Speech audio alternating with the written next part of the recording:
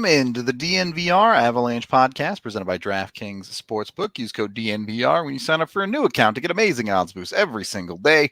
Rudo, Jesse, AJ coming at you live on a Friday, day off for the Avs, as we're going to get into some conversations in and around the NHL playoffs today. Maybe get into some news on the playoff watches and other things. Also, we're giving away 2 tickets to the game tomorrow night. So if you didn't get in on the party bus, there are 2 more tickets that you can win. These ones are even fancy tickets up in the club level, fancy little stuff there. So you might want these tickets. That's all I'm saying. That's all I'm saying. Stay tuned.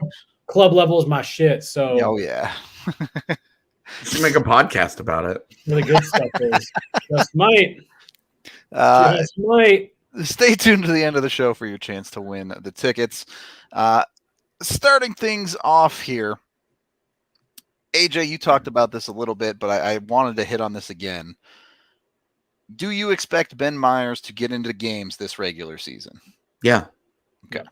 I mean, Bednar said that he will, and I don't think it's going to be like he plays game 82 in Minnesota. I've got him marked for 5 games minimum. But it's at like 12.5K bonus, right? 25. It's 25K? Yeah. Big money. Yeah. He met with the media yesterday before the game. Not much of an electric interview. Well, he's from Minnesota. Nice kid. It was not. We going back to the trade deadline. We were talking a lot about Claude Giroux, and then even before that, all the talk with the Broncos guys about Russell Wilson and players choosing to go to certain places. Look, like this was the most highly sought after college free agent, and he wanted to come to Denver. He acknowledged there's probably better opportunity for me to get in the lineup elsewhere, but I think there's room for me here. I'm going to have to earn it. And he said that he thought he could learn the most from being around a group like this. So again, just take with that from what you will, but he's a top free agent who could have stayed in his home state where he played college, all that stuff, and chose to leave to go to the Avs. So not insignificant. Any player that signs as a free agent after a certain date, I forget what date. It's the trade deadline. Is it the trade deadline?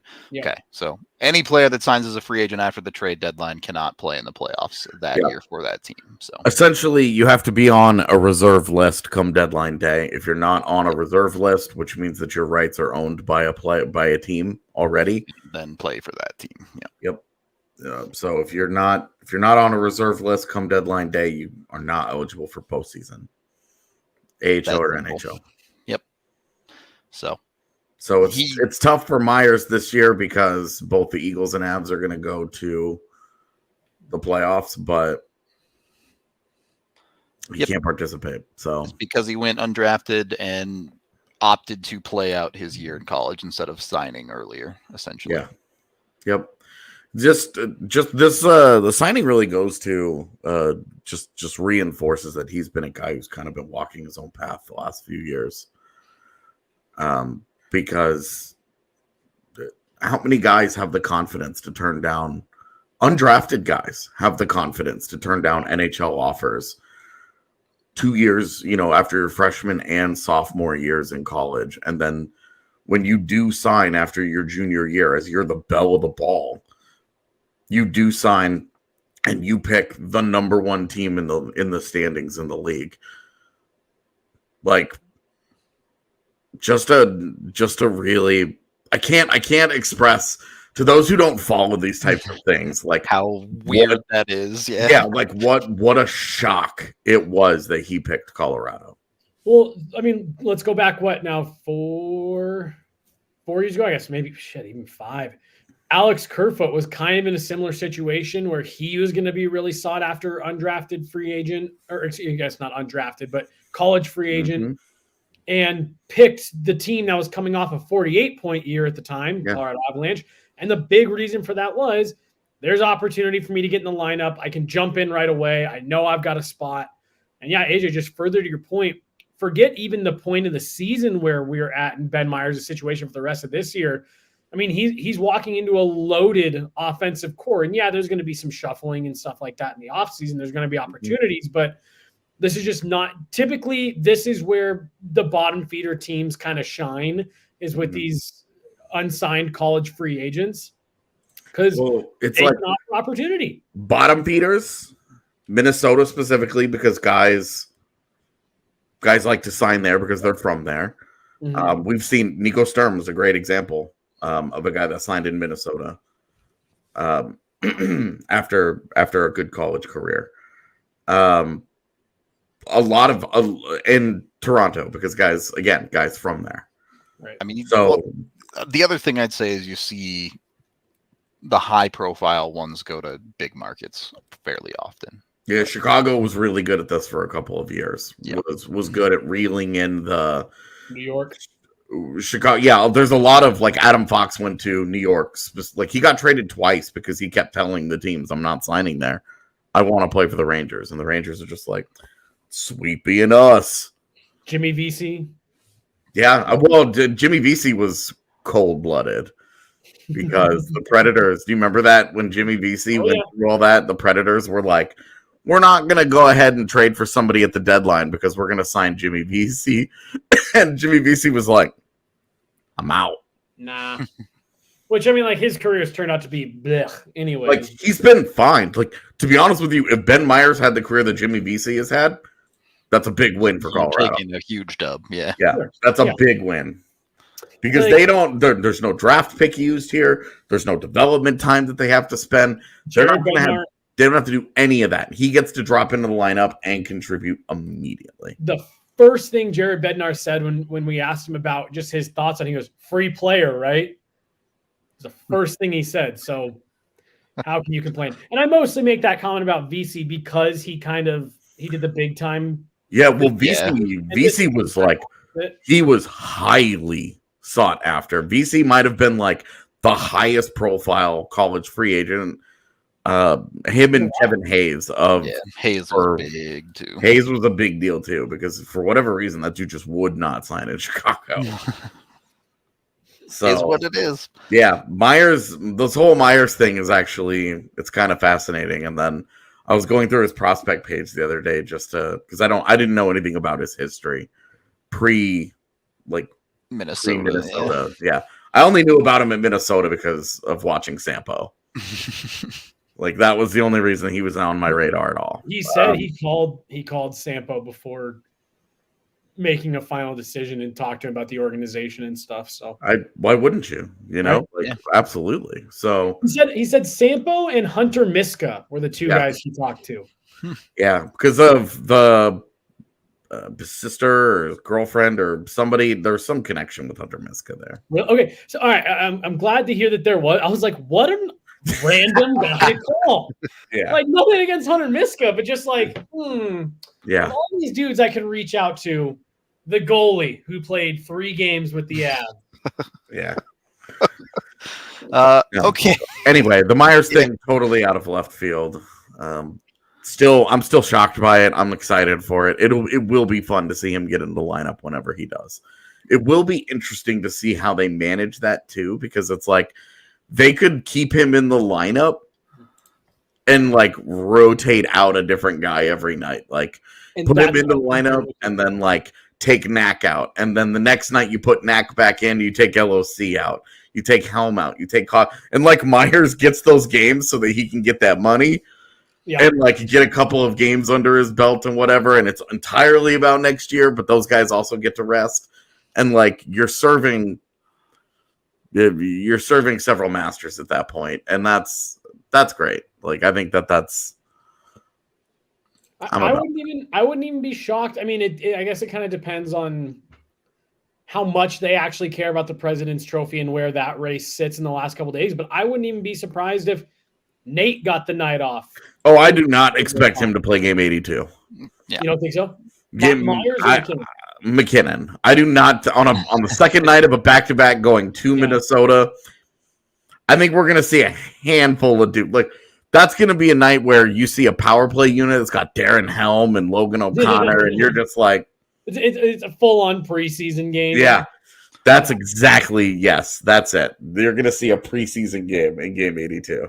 Does the Ben Meyers thing just like anecdotally remind anyone else of the 1980 how they brought in the kid from Minnesota at like the last second, start practicing, playing The exhibition Miracle games. team? Yeah.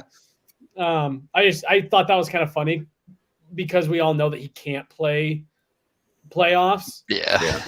It's just kind of a mercenary here for the last few games of the season to see if he can It's get in on the dunking. weird because like when the Eagles are done, whenever their playoff run ends, like there will be guys who will be black aces that come up and skate with the team, and like those guys could get into a game, and Myers just sitting there. He's gonna be like skating around in practice, doing his thing. Like he's gonna be getting run. He's gonna be working with the skills coach. He'll be skating with black aces, and he just won't be able to participate in anything. Some dude take his job that plays well in the playoffs. Yeah, he's like Mikhail Maltsev is like, please get me into a game. Please get me into a game. Do you know? Because he's excuse me, Myers yesterday said he's like, I don't know what the plan's going to be for playoffs. I don't imagine that he'd be ineligible from practicing with them, right? No, he shouldn't be. He should be fine to be like with the team. Yep. I don't know anymore after all the weird ass rules around the visa stuff with like Lehkonen and stuff. Where it's like, oh well, he can practice, but not this, and well, no, he can't practice there, and it's just. Yeah, there's some weird stuff going on for sure when it comes to getting governments involved. But the other news of the day, definitely on a more somber note, Isles legend Mike Bossy passing away. Obviously, never fun times when legends like that have their time. Too. Maybe the greatest goal scorer, not named Alex Ovechkin, that the league has ever seen. Yep. Dude was an absolute monster whose career ended too soon also. But. Yeah, well, and like that's one of those guys where you're like, if they had like the technology of today, where certain injuries to keep him healthy, were recoverable. Like that guy's worst season, the only season in his entire career in which he did not score 50 goals, he scored 38 in his last season. Yeah. Yep. It was a 10-year career, 50 goals in the first 9, 38 in the last one, where he was dealing with a back injury. And it's also the only season in which he did not shoot over 20% in his career. So he was completely OP. Agreed. It was not fair, and the Isles winning 4 straight cups backs up that conversation. So yeah, I mean that's the last team to do that. Yep.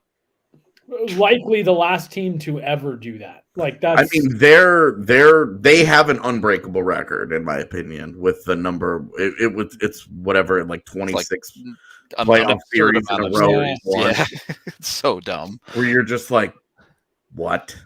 Like how? Well, we'll get into that conversation on the Avs and the NHL playoff format in just a minute here, but we are brought to you by DraftKings Sportsbook. You can use code DNVR when you go over there and sign up for a new account to get amazing odds boosts every single day, including betting on the NBA playoffs. When you're a new account with the DNVR code, bet $5 on any NBA playoff game. Even if you're wrong, even if your bet does not hit, you get $150 in free bets to play with on DraftKings, where you can go bet on whatever your heart desires, whether it be real sports like baseball and hockey and football, or less real sports like lawn bowling. And I feel like most of these sports are. Is chess a sport? How do we feel about that? You can bet on chess. I don't know if it's a sport, but I don't even know. I don't even know what is it? It sounds reductive to call it a hobby when people do it for serious money. Yeah, right. You can make a career out of it for sure. Yeah. So I don't know about sport. A game absolutely is fair. I very much fall on the side of everything can be a sport, but if you try hard enough. Yeah, there's different levels for sure. Like esports shouldn't be in the Olympics. I think we can all agree there.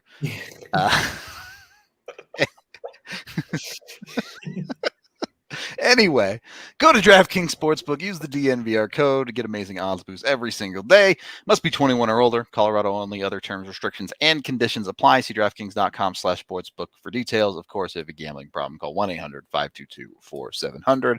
Also brought to you by Breckenridge Brewery. One thing I can guarantee is after a couple of beers, everything is a sport. All right?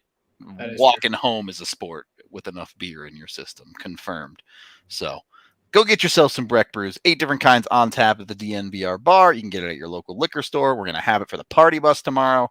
It's going to be a blast all over the place. So I'm looking forward to it. It should be an awesome time. I hope y'all will join us. If you're at the game, even if you're not on the party bus, we do have we're going to have a booth set up. I think it's outside section 120. I'm not 100% sure where it is, but come say hi during intermission, or if you're walking by, come say hello at the DNVR booth where we'll all be hanging out and vibing. Should be a blast. Second period of the DNVR Avalanche podcast presented by DraftKings Sportsbook. So let me start here. Are the NHL playoffs the best playoffs in sports? Yes. By a lot. I would genuinely ask if the only other thing that I would even say is within 1,000 miles of this competition is March Madness, is the NCAA tournament. Agreed. And the NCAA tournament gets progressively less fun the more it goes. Yeah. Like everybody was crazy about this last year's tournament, and then the Final Four showed up, and it was Duke, North Carolina, Kansas, Villanova, and everybody was like, we went from all that fun to this. To 4 blue bloods. Like, even though North Carolina was an 8 seed, right? It's just like, it's North Carolina. Right, it's North Carolina. Like, it's Kansas, it's Duke. Like, you're like, come on, again with this? And of course, hell yeah. Go Kansas. Right. Thank you for that championship. I cried a lot. Z was very confused. That was a great night. But the tournament itself gets progressively less interesting the more you go on. And I think that the first week of the Stanley Cup playoffs is the best week of the entire year that does not involve the NHL draft or free agency. It is unbelievable. And it is the sport. It is the crown jewel of the sport. Right? It is unbelievable. It's great. It is incredible hockey. It's every night. Apex. It's every night from 5 until 11 Mountain Time of just unbelievable, great games, amazing plays. I mean, it's literally 10 straight days of 8 hours plus of just the best hockey you'll see all year. Right. And like, look, I don't watch Champions League. Soccer's just, come on.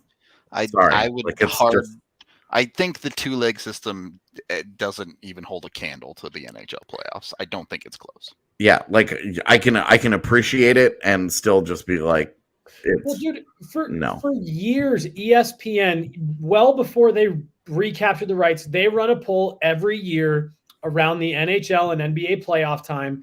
And they put out which major 4 pro league has the best playoffs, NHL, NBA, NFL. And for decades, the NHL wins every year. And that's among ESPN's audience.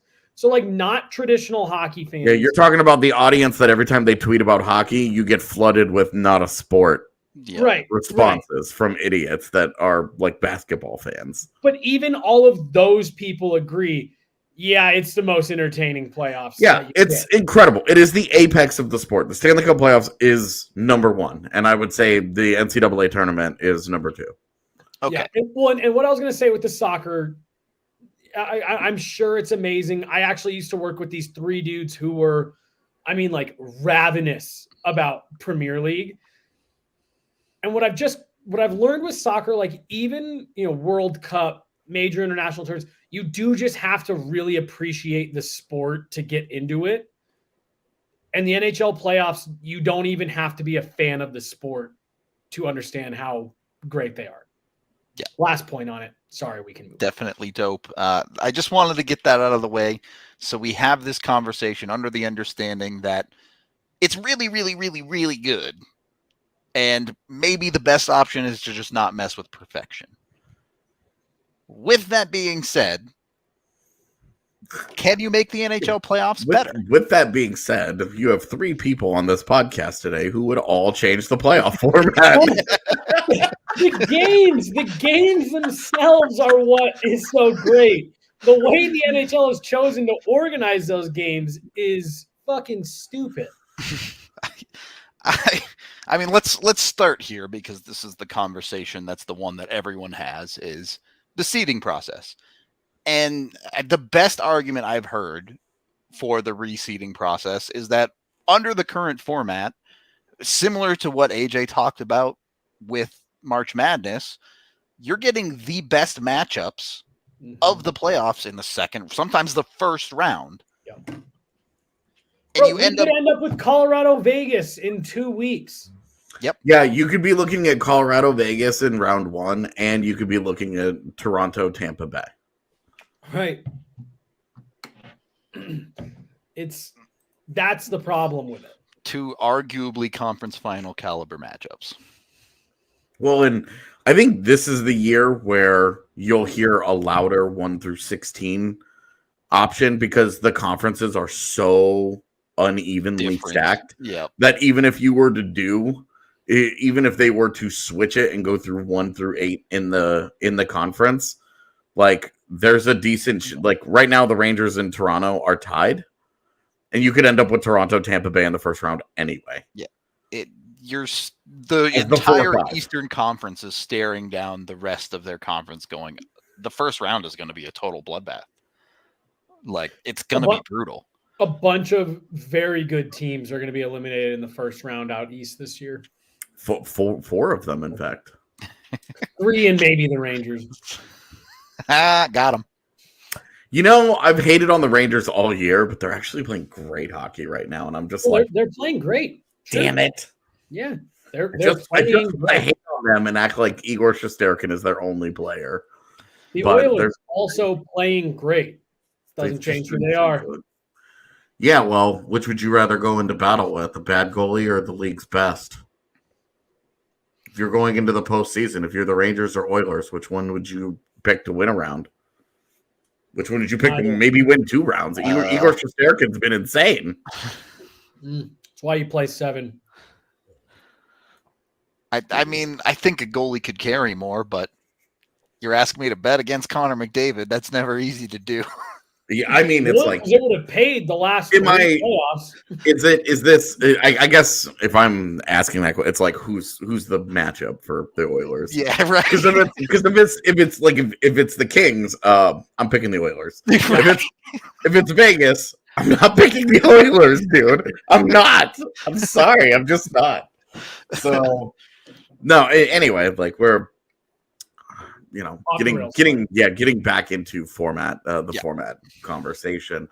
I can't stand this format personally. I understand like that they thought that it was going to foster rivalries and all. All it does is just kind of makes certain situations boring, and it punishes good teams. Like the West is actually a great example of this.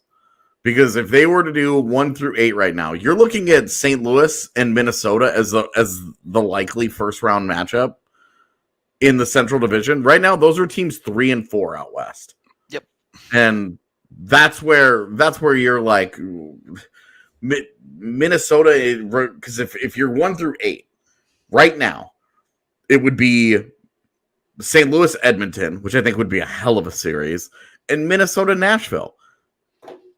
And just based on the regular seasons, both Minnesota and both St. Louis would get home ice because they've had better regular seasons. And instead, one of those teams is going to have to go on the road and take on the 3rd or 4th best team in the Western Conference this season. They're getting punished because of the division that they're in. Yep. And that's where this format consistently has been problematic for me, is that you are punishing teams for things that are out of their control. And you're saying, okay, well, the postseason matchups and all that, it's always random and it's always like luck of the draw. Some years, the teams that you play in certain seeds are just going to be better than the others. But if you're the third best team out west, your reward for that, while the team that's leading your division is having one of the 30 greatest regular seasons of all time, your reward for having such a great year is that you play the fourth best team. Well, dude, even beyond that, like you could end up. I mean, there's been situations I don't, think we'll see it play out like this this year, at least out west. But you'll see situations where a team literally will have a more favorable matchup as a wild card team playing outside of their division. I know there were tons of years where, the first place team in the league would be number one in their division, obviously. And then the third place team in the league would be number two in the division.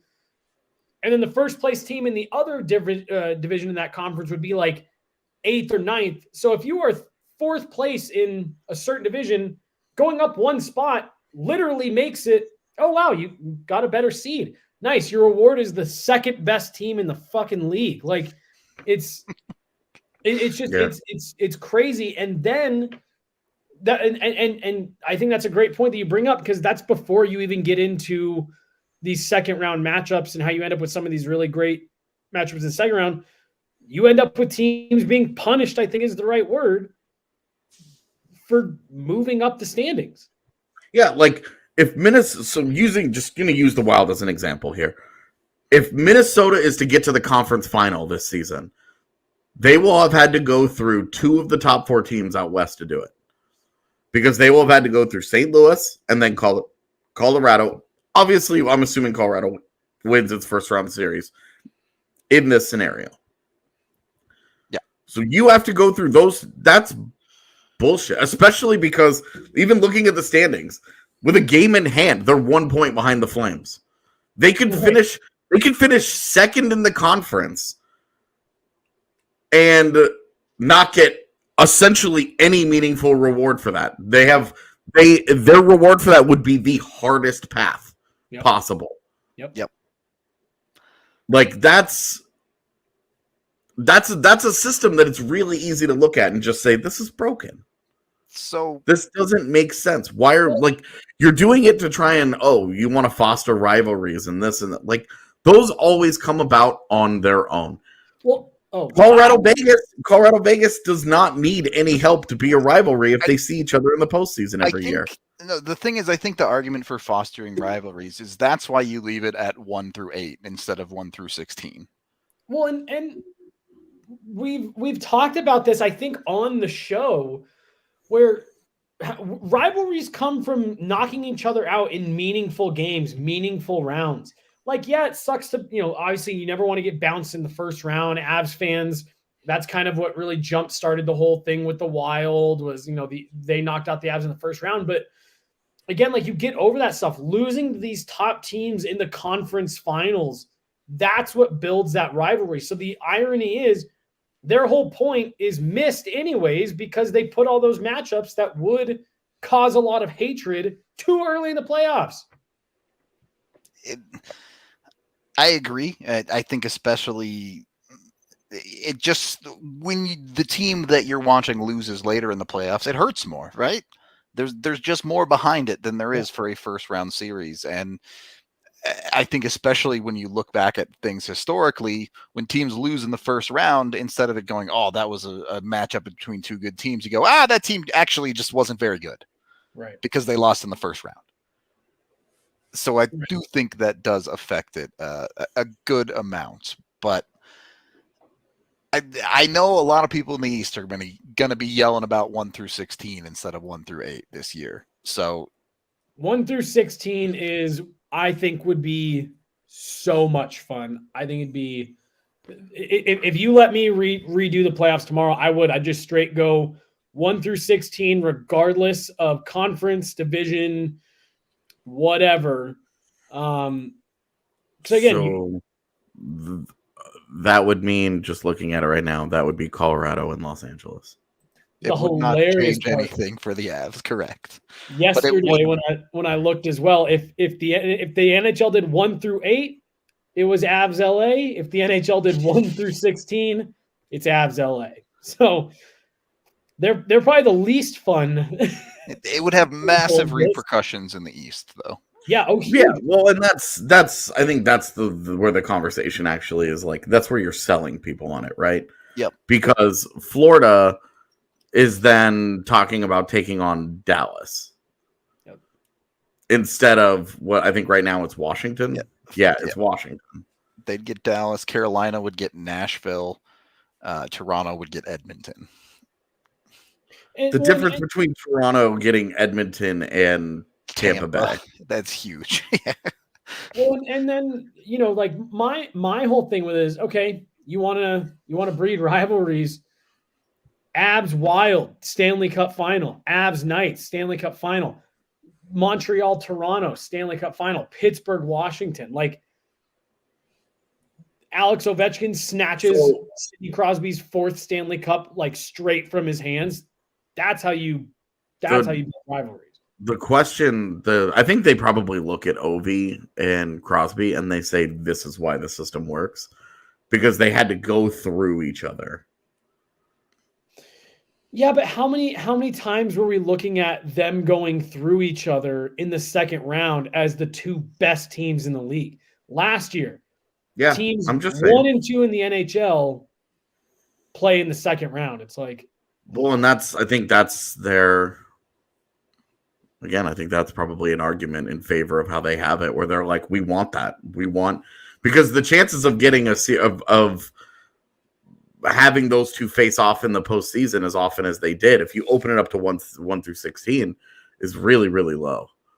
And in the current system, because they've manipulated it to make it that way, it's much higher. Just being in a division with a team means your chances of facing off in the postseason, if you guys are having a good era, it's so much higher. Like, it's so much higher.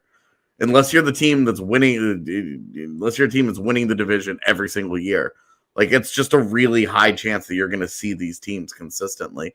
And I think that's where they're like, hey, you're going to do that. Like, you're going to constantly see the same couple of teams when they're just in the division, and being in the division is how you have to start your playoff route.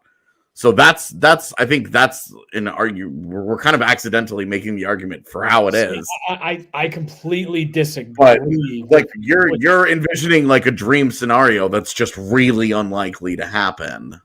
Where, but what I just mean like the chances of like Crosby and Ovi like each getting to the finals. Like, you mean having like the best teams actually make it instead of Montreal and Dallas? Whoa. Yeah, well, how did Montreal and Dallas get there? Yeah, I mean, that's the argument every year about the playoffs, is everyone has to go through everyone, right? But yeah.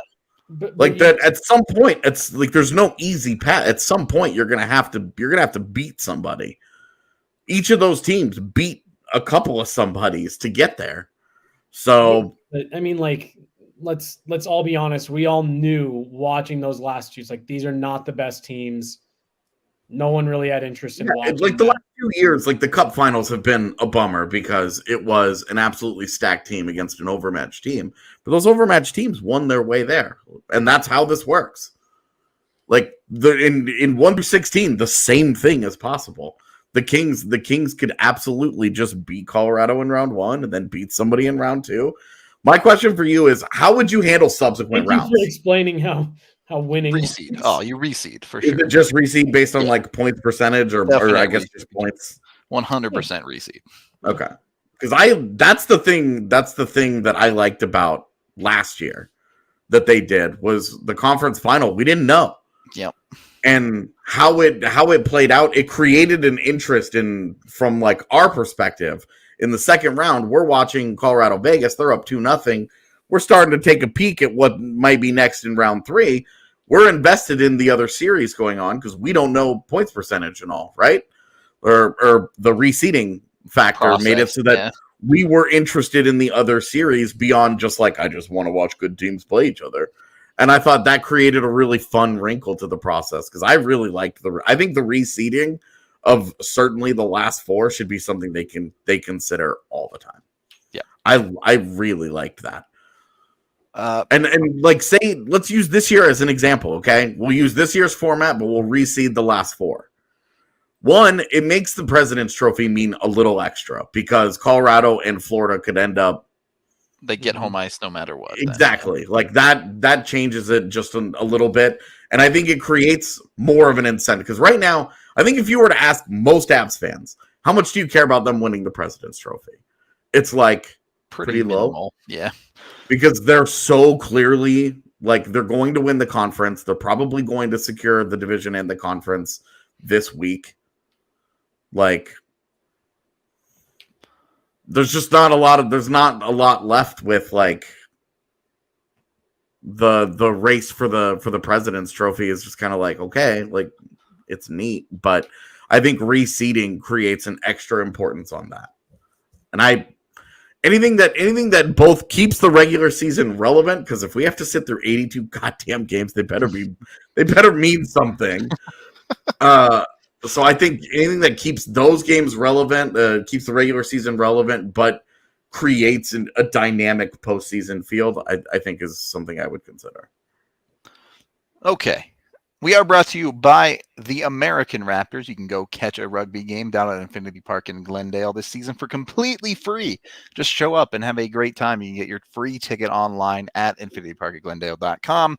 Go check it out. It's a great place to spend an evening and just have a great time on the town. The stadium is genuinely awesome. If you haven't been, you got to go. And if rugby's your thing, you can follow DNVR Rugby and Colton Strickler on Twitter. He's our rugby guy who knows everything there is to know about rugby. And if you're new, he's got 101 pods that'll teach you the game. If you're old, he's got all sorts of crazy interviews with all sorts of awesome rugby people. So be sure to go check all of that out. Also brought to you by Athletic Greens. All of our athletic greens have been stolen by Jesse at this point. He's literally. I only got my hands on like 1.5 extras. All right, well then Allie stole them or somebody, because there's like a ring of athletic greens thieves going around the DNVR bar that just take everybody else's. So either way, it's great stuff. If you're going on the party bus, if you're planning on having a good time tomorrow, you can wake up on Sunday with athletic greens to take care of that hangover a little bit. It's great for you. It has all sorts of different vitamins, electrolytes, all that stuff, antigens, genuinely words I've never even heard of that are good for you. Athletic Greens has it. It's super easy to do. You just one scoop of it into your water in the morning, you drink it down, and you're good to go. Having a healthy day. That easy. If they told me it was that easy to be healthy when I was younger, maybe I'd have actually tried a little bit harder to be a healthy human being, but here we are. So Athletic Greens will take care of you. Be sure to go over there. You can go to athleticgreens.com/DNVR to let them know we sent you over there. I believe that's the correct URL code. Jump on over there to Athletic Greens. They're super awesome. They're also, they work with a bunch of athletes. So the formula is pretty much designed to make sure you're staying in peak physical condition. If you're someone like me who should, one day try to get in shape, it can definitely help you on that side of things too. Third period of the DNVR Avalanche podcast presented by DraftKings Sportsbook. The other conversation I wanted to have, and let me give you my pitch here for starters. The NHL expanded the playoffs to 16 teams in 1980. It's been 42 years. How many teams were in the league when that happened? 21. 75% of teams made the playoffs when they expanded. Oh, how bad must have that felt if you missed the playoffs? God, we suck. Yeah, the 5 teams that are out. Brutal. Yeah. Way less interesting of a draft lotto show. Not so many. 5 whole teams. You don't need half an hour for this thing. Nowadays, with Seattle in the league, exactly half the league makes it into the playoffs. There's 2 ways you can go about this. One, is there reason for expansion of the playoffs at all? And if yes, what does it look like? And 2, I think the more interesting route of this conversation is the potential for a play-in game or a play-in series. We've seen the NBA start to adopt it. We got a little bit of a taste of it in the bubble for the NHL. The Avs know firsthand what a playoff game, play-in game could look like or mean with game 82 against the Blues 4 years ago. Is that something that makes the playoffs better, or is something like that too much? Because especially if you're looking at expanding the playoffs, you're now talking about things like one seeds having a bye round where they don't play for a week and things like that. In my opinion, the only way, if you were going to expand the number of playoff teams at all, in my opinion, it'd be by one additional on each side, and seeds 8 and 9 would play in a 3-game or a best of 3 play-in series. Anything beyond that, I think, you look at the East this year, none of those teams outside of the top 8 deserve to be there, especially in like a 1-game play-in coin flip where something crazy can happen. We should also acknowledge, and I feel bad that we haven't for most of the show, that what the East has this year is rare. Oh, for sure. For sure. And it's actually, I'm glad you bring that up, because I'm so curious to watch these teams play each other, because like I think a lot of the teams at the top of the East are very good, and I really do believe that, but like you do have to wonder just a little. It's like, are you that good, or is the rest of the conference just that bad? Is it really that the East is so good, or is it that the West is teams 13, 14, 15, 16, 17, 18, 19, 22, 23, and then you look at the bottom of the league and you're like, there's a lot of East teams out here. Detroit, Buffalo, Ottawa, New Jersey, Philadelphia, Montreal, and you're like, how much have you just been feasting on that shit? Right. Half of your conference is really good, and the other half of your conference is terrible. Really bad, yeah. A fair point. I do think it would be interesting, and speaking from, we cover the Avs, they're in the West.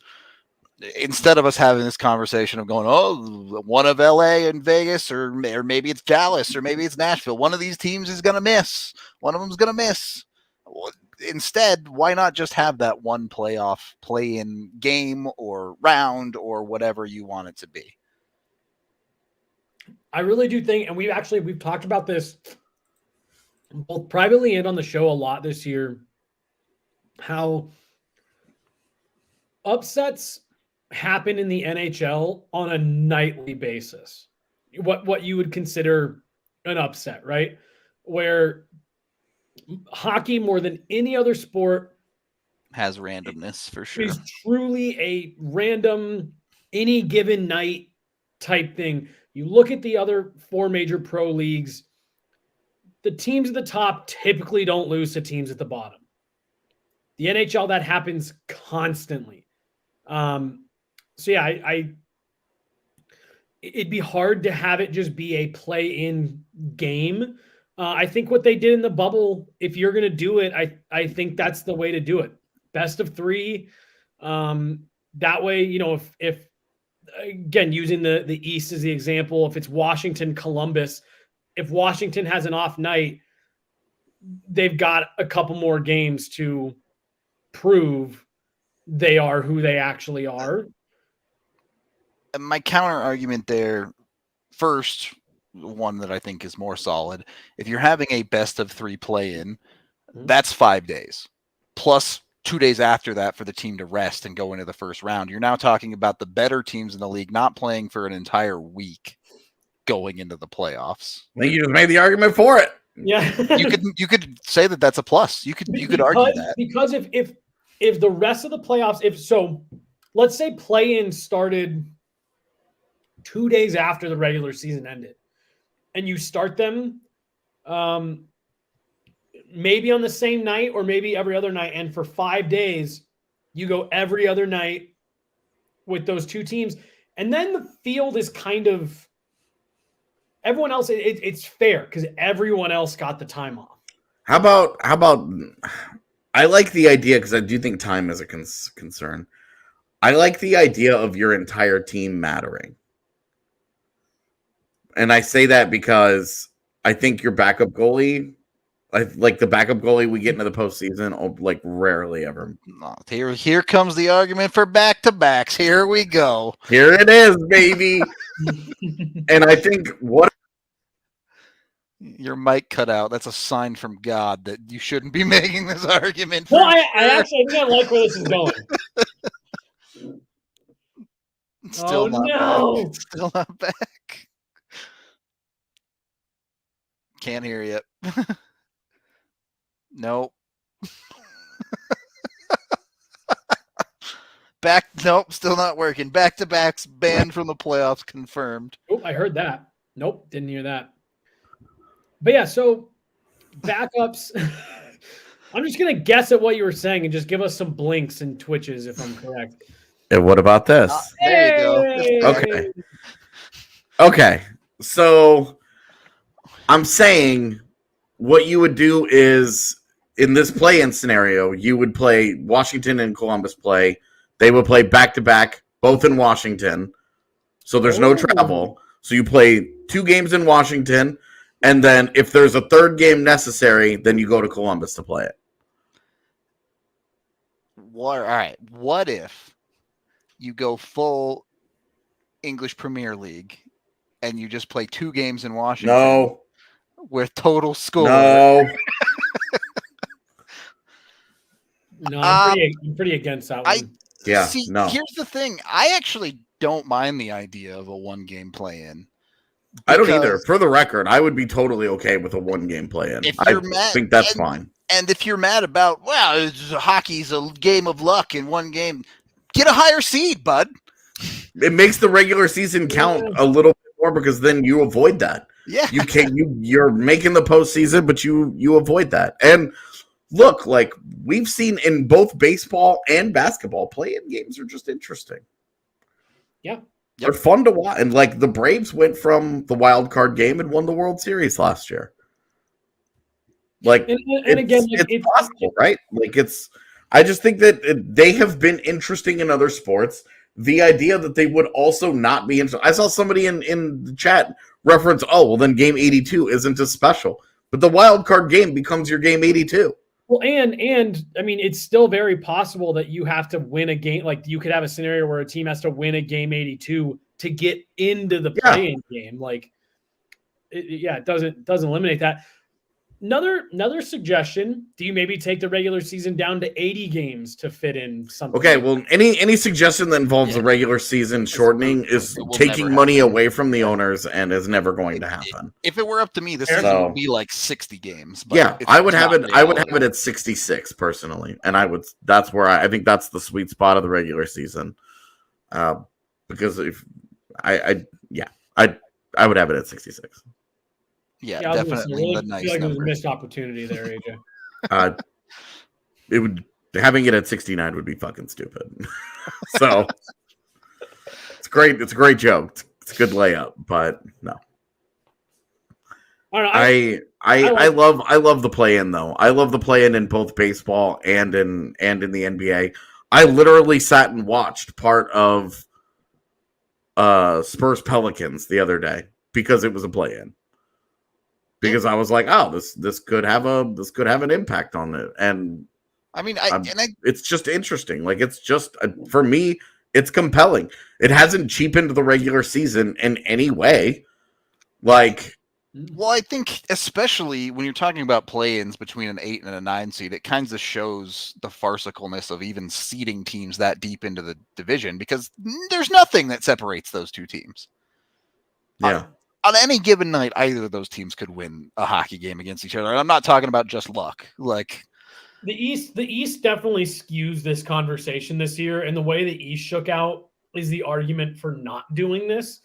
But the way the West is shaking out is the exact argument as to why the current format is completely like borked. Right. Yeah, it's I don't know. I could get on board with a play-in. I really would prefer it to be a best of 3, just because I also think that just adds a little bit more drama. I do think time is a consideration on that though, and that's where I just think like a one game like of the back-to-back in one city and then travel. Well, and then that way, like it also rewards that team for being the higher seed because you get the home game, you get 2 home games to do it. Yeah, you can get it done in 2, and then you just start those series a couple days. You know, there's always a team that's playing game 1 on the same night as a bunch of teams playing game 2 anyway. Yeah. So you make the teams that came out of the play-in, their games start the later series. The third night, and it gives those teams a week off. But I also think that those extra couple of games, like I also think that's extra workload for those teams, and it increases the chance that the better teams are going to like. And it gives the team that have better regular seasons a little more of an advantage. Yeah. Because now your top seed is playing a tired team that just had to go through a play-in process. Emotional play-in, yep. Right, and like did not get the week off, has been playing, and in a best of 7, like by the end of that series, you could already be a team that has worn down a little bit. So I personally, like of all the ideas that we've thrown around, the one that I think the league should absolutely, like, definitely adopt that in whatever form it really wanted to be in, I love the idea of a play-in. I love the idea. All right, chat. We do have some tickets to give away to the Avs game tomorrow. So if y'all could be a doll and put the word playoffs in chat if you want to win the tickets. Please be local if you want to win the tickets. We're not buying you an airplane ride out to come watch the Avs game. Yeah, but like, come on. If you don't live here and all you're gonna do is try and sell the tickets, like, don't be that guy. Yeah, don't be that dude. But put playoffs in there for your chance to win the tickets. We'll let it run for a minute here as I share the most important video of all time. And that was a disgraceful performance, in my opinion. We threw that game. We gave it away by doing that. We gave them the friggin' game. In my opinion, that sucked. What's that? Playoffs? Don't talk about playoffs. You kidding me? Playoffs? I just hope we can win a game. Dude, I love that video so much. There we go. There are a handful of awesome NFL coach like post-game meltdowns. Like it's a surprising amount. Personally, I love the crown man. Crown their asses then. I love crown their asses then. Denny Green's like, they are who we thought they were. Oh, yeah. We let him off the hook. Oh, I love that meltdown. I do like I understand like I'm a man, I'm 40. Like he was going after a journalist who wrote a hit piece on a 19-year-old kid, right? Like, yep. Like I understand like that was way different. That was not like in the heat of right after a tough loss. That was like he was going to bat for his kid. And the way that it happened was epic. Like truly like I'm a man, I'm 40. Like all right. Well, then there was Alex Smith busting up an entire press conference with "You like that? Yeah. That was Kirk Cousins. Yeah, that was Kirk Cousins. That was awesome. Just like wandering by, like the blandest human being on the planet, and you're just like, where'd that come from? Yeah. See, bland can be fun. Oh boy. All right, so let me ask you guys. I just want your opinions on one, the comments, and two, the reaction to it, because we were talking about it in the press box last night. I have an opinion about that whole thing in general, just a bunch of the stuff I've listened to, but I just kind of want to hear what you guys thought. One, about the comments themselves, and then two, about the Twitter reaction to it. I thought he worded it really poorly, but I got what he was saying. Like he said that they were he said he was like consistent excellence is boring. It's not. What do you say about it? Arguably correct. Yeah. Well, and like he's absolutely correct, because what do we do after ever like they beat the Devils last night in the most ho-hum, bland, like dominant fashion, where you're just like, what do you even say about it? This was so routine. It was the ultimate argument for shortening the regular season. Yeah. Like this was garbage time games. I called it a screw it game in my like interesting piece. Yeah. Yeah, like it was like I thought Wish was right in that they are bland. There's nothing compelling about them other than like, will they screw this up in the postseason or will they live up to their potential? And that's just not that compelling of a storyline when you have like juicy hot goss, like actually like Vegas is a will they won't they every single day. Vegas is a reality TV show that delivers. Earlier in the season, Edmonton delivered, and they've kind of gone quiet. But like that's where he was coming from. Sports are now reality TV, just like everything else is. And that's all he was talking about. And the intention of his words, I agree with you, is correct. But the words themselves are top tier meme material. Top tier. Dude, it's the easiest thing to turn around and lean into and just be like, was that bland, Greg? Was that bland? Like they win 9-3. How bland was that? And also, his exact comments, he said, they're bland, they're fun. And you're like, wait, what? This math don't add up. Yeah. You're like, it was funny because the wording was like, ooh, I don't know if I'd describe what I see them do out there on the ice every night as bland. The wording was wrong. Here was my one thing, because he then later went on to say that he thinks St. Louis is going to be the team to knock the Avs out of the playoffs. And I have just noticed, dude, over the last 2 months, and maybe it all stems from what Wyshynski was getting at, of just like, yeah, we just kind of come to expect it. I really do think that on the national media side of it, the Avs are being, for as good of a season they're having, I feel like they are being overlooked because of the way the last year went. Yeah, 100,000. Everyone, and what I think what Wish is doing with the Blues are the Blues are going to be the one they want to be the first pundit to be able to put on record the team that surprises when they beat Colorado in the postseason. Yep, they want to be the one to be like, I saw this coming 2 months ago, because that's what you do when you're in our position in the media. You throw a Hail Mary, you hope that you're right, and then you get to thump your chest about it. And if you're wrong, you're just like, who can predict the future? Am I right? Like, we're in a lose-lose position. So like I think it was the TNT panel like 3 weeks ago, they were doing a Calgary game, and unanimously the whole panel said they'd rather play Colorado than Calgary in the playoffs. And there was an NHL Network conversation that I heard where, again, it was like, yeah, the Avs, they're having a good season. Who was it? They were like, they can put up some fancy numbers, but we'll see come actual postseason time. You know, they're just not proven. I wouldn't want to go through Calgary. It's like, because of all the recent postseason success that Calgary's had.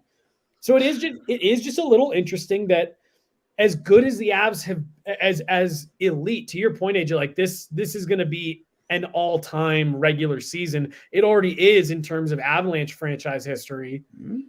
And I just really do think that there's a lot of the national guys and East Coast guys, which I get the East Coast bias thing. It's just like from a time zone standpoint, it makes sense. Sure. But I think a lot of national guys are looking past the Avs. Yeah, they're good, but they'll fall apart. Who else is good? You know what I mean? Like, for the record, right now, Colorado with the 32nd best regular season ever, with 8 games to go. Yeah, more to go there. We do have to pick a winner. Yahir, scroll up to the playoff votes and show us who's winning some tickets.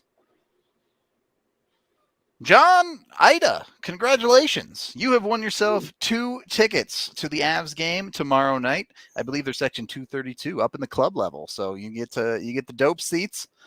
Congratulations. Hit me up on Twitter, Nathan_ Rudolph. Send me a DM. We'll get you all sorted out with those tickets. Yeah. I'm good. Any other things you guys wanted to add? Any playoff twists you have? To answer Jesse's second part of his question, the Twitter reaction. Oh, I just think Fair that's how fan bases react when they feel like their team is under attack. yeah. Doesn't really, like, I would expect every fan base of a team that was having a great season would have reacted exactly the same way. You kind of go to bat for your guys. Like, that's just, you get defensive of, you're like, I get what he was saying, but he worded it poorly enough that he opened it up to being like, what the hell are you talking about? Well, and doesn't that just kind of like taking this over to the Nuggets conversation? You know, and you know, AJ, you and I talked earlier this year on an episode of TDSP about how big of a deal it was for Denver and the Nuggets that Nikola Jokic won an MVP. Yeah. Like it was a big deal. Yeah. Beyond just sure. the MVP status. And I think it's kind of the same thing here where it's just like the Avs have been overlooked, rightfully so, for over a decade. They were really not good. They had no reason to be talked about. Sure. But now this is 5 straight years in the playoffs. They've been to the second round 3 years in a row. Might win 2 President's trophies in a row. Might win 2 President's trophies in a row. And it's like, holy shit, they're still just getting slighted by everyone outside of Colorado. And so I think you hit the nail on the head. Like, you just expected a little bit. And I think there is a little bit of extra sensitivity in this region of the country. You know, when you're not on a coast, that your team is overlooked all the time. And well, you constantly feel defensive about your teams. Right. You're always on the back foot, and you rarely ever just feel it. And like, it's funny because 2 years ago, this wasn't the case. Colorado was everybody's darling. And then they lose to Dallas in the bubble, and it was like the ultimate sin, right? yeah. Well, Like, nobody will ever believe in them again until they actually do something, until they win something. Especially I think when you look at the NHL landscape, the teams in center of America, not Central America, that's a completely different area of the world. You kind of see a lot of the conversation get taken up by states like Minnesota because of the hockey culture that they have there. You see teams like Calgary and the Canadian teams get a lot of the newsworthy down there. And then you have these portions of the league where Colorado, St. Louis, to a certain extent, Dallas, Carolina. Carolina, all these teams that aren't in the major markets. I think it's probably less true than it is in like basketball, but it's still absolutely true that they get overlooked a lot more than those other teams. Yeah. No, And like, there's only so many minutes, there's only so many eyeballs, there's only so many ears out there that are interested in certain things. And so, you know, people in media who have viewer we have advertiser obligations. We have to maximize numbers, right? Like, you of course pander to bigger markets in some respect. But when it comes to just being like, oh, these guys are, I'm trying to talk about, we're talking about the best teams and who's going to win in the postseason.